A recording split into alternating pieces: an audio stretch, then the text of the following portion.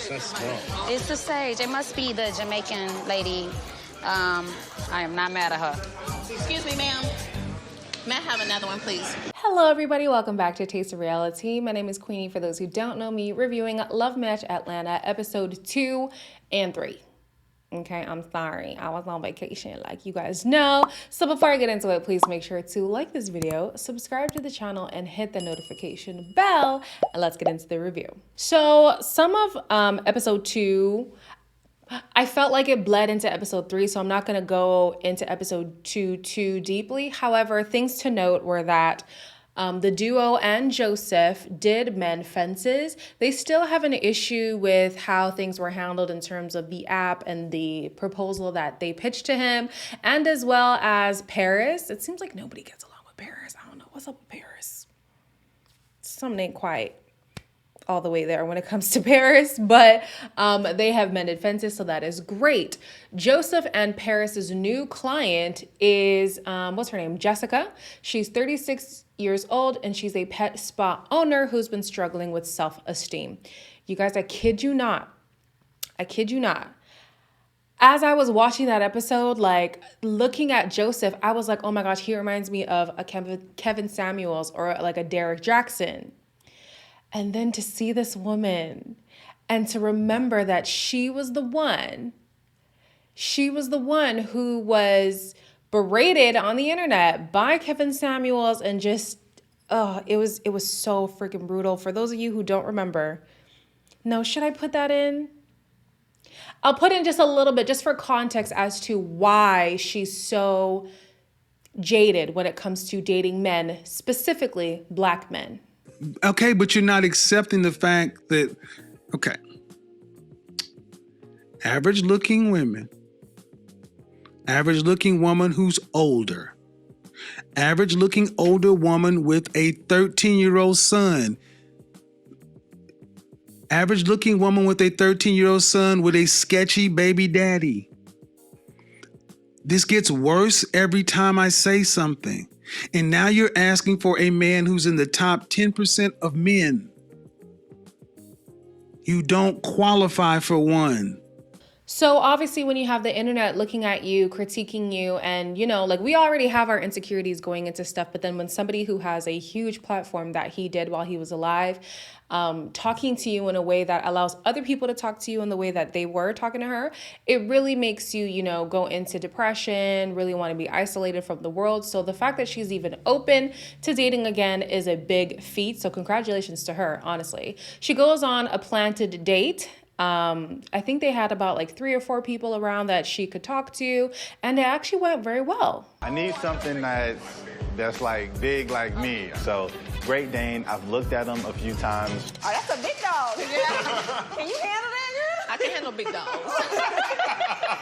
Honestly, I literally have only a handful of dating stories, and I am jaded. So to go through what she went through and still get back on the horse, baby, you're an inspiration. God, it could never be me.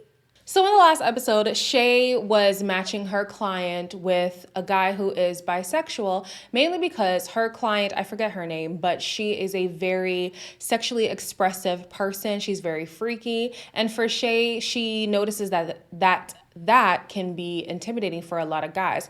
Problem is, the guy that she was on a date with was not giving her the fanny flutters that she wanted. Could you go on a date with him again? I just did not get the, like my girl parts didn't jump. Anyway, thank you for that. We tried. Another issue on top of that was that he was saying girl a lot, and they were getting friend vibes on the date. But my thing is like, okay, so I understand a lot of men can be intimidated by sexual liberation to the extent that this client has it, right? But since when did being bisexual mean that you were freaky? Like, isn't that just your sexual orientation? Like, I don't know how the two correlate. But hey, I'm not the matchmaker. Who am I? Yeah, that guy was a recommendation from Lamont. I guess Lamont is also a matchmaker, and so that was part of his clientele. And so Lamont and Shea are just talking about that date, talking about the Joseph blowout, and basically that Lamont and Joseph had mended fences. However, Joseph is still upset that Shea was laughing at his mixer. It's the arrogance for me. He's so arrogant. Every matchmaker in this country has came to me looking for referrals. So I don't give a who's certified or what. I have the goods. Shea has no intention on apologizing until April is out of the picture, which doesn't seem like it's going to happen anytime soon, especially since she's a 40% business owner.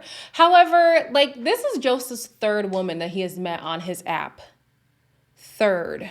Whenever they break up, he strips her off his website, he strips her off his social media, and then when they get back together, he adds her back. So not only are you misusing your own product, I don't know. I don't know what the rules are, but I feel like there should be a rule against that.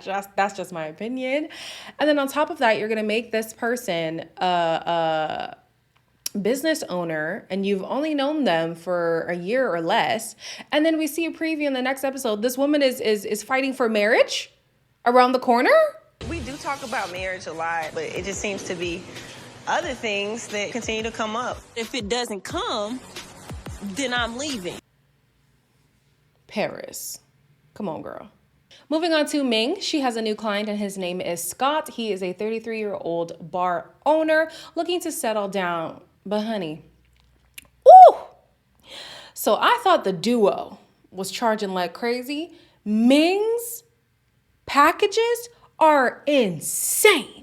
The first package is $50,000 and it's 8 introductions. $75,000, that's 10 introductions. And then there's the executive package, which is $100,000. Listen, at those rates, my husband better be in the group of 8. Forget the 15. In the group of 8, my husband better be there.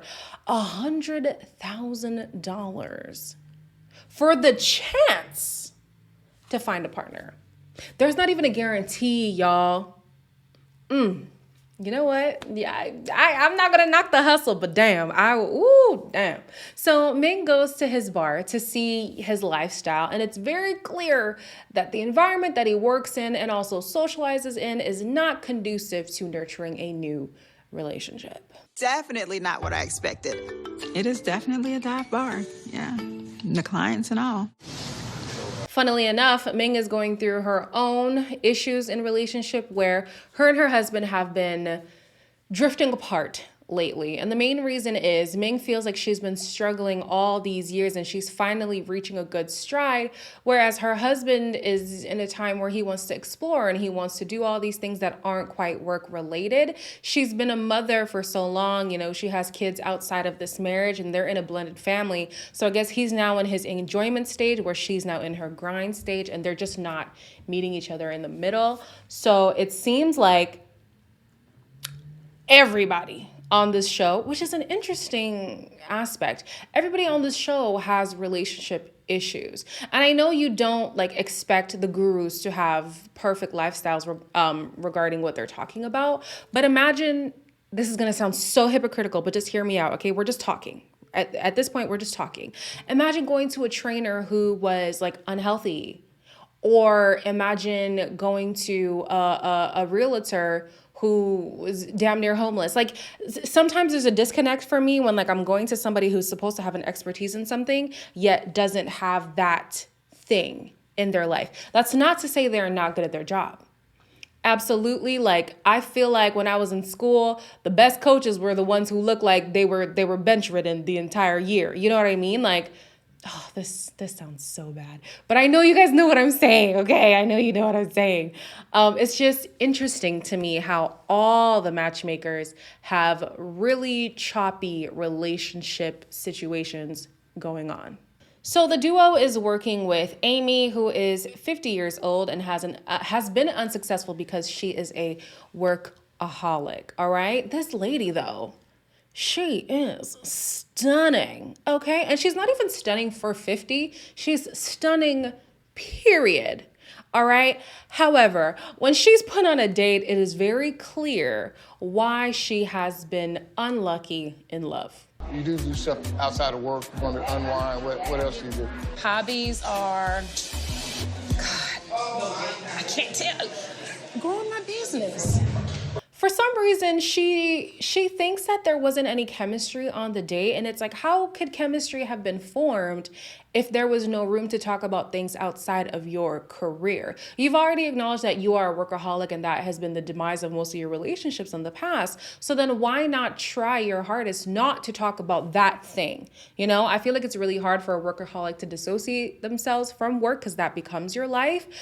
But if you've acknowledged that you're now at 50 seeking companionship and that has been the core reason why it hasn't worked, make a conscious effort not to bring up work. Just not even casually, just don't do it. So speaking of relationships breaking down, Shea in the last episode was talking about how she had left her partner of 8 years and the father of her youngest. And she had to move in with her mom and her sister, I think, for a little bit. And now that she's back on her feet, she wants to get back in the dating game. And she wants to be consulted. No, consult. Yes.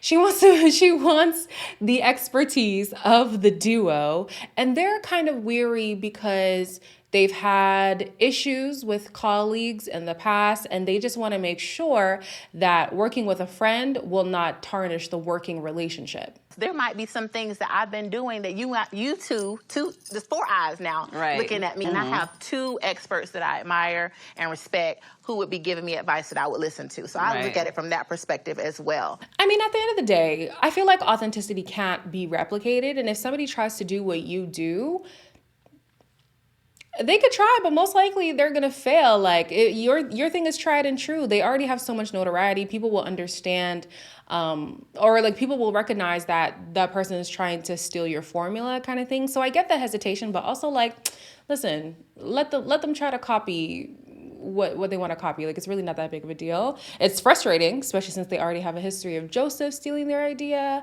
But yeah, I feel like they're even more successful than Joseph now anyway. So it is what it is.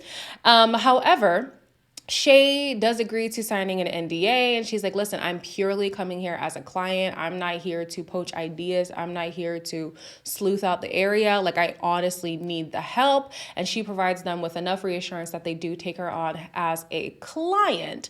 Speaking of the whole colleagues poaching and stuff, Shea and Joseph end up having a conversation.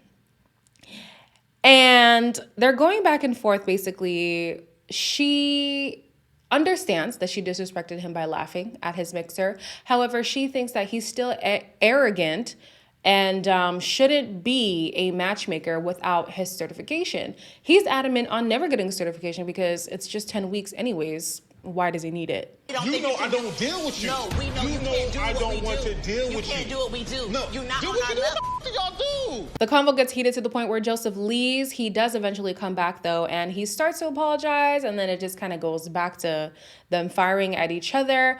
And at the core of his argument, he just wants his hard work to be recognized. I would too. But I think if you're going into a field where you actually do need certification, it's not something that you can just be led by the spirit. It doesn't hurt to get the certification, and you might learn things that you did not know doing your own research. And also, you might be considered more credible to people who come to you. Like, I don't know what his credentials are, and I don't know what his reputation is, but I'm sure it would look better if you have the same certification as other matchmakers, especially the ones with notoriety, like the duo, like Ming, you know? And yeah, I feel like with Joseph, it's kind of like beating a dead horse at this point. He's just never going to get certified. And it's ironic that he wants to have a certification program when he himself is not certified. Interesting. But yeah, it's just going to be a back and forth with Joseph. So everybody honestly should just cut their losses and keep it pushing. That is it for episode 3. Make sure to like, comment, share, and subscribe, and I'll see you guys in the next one.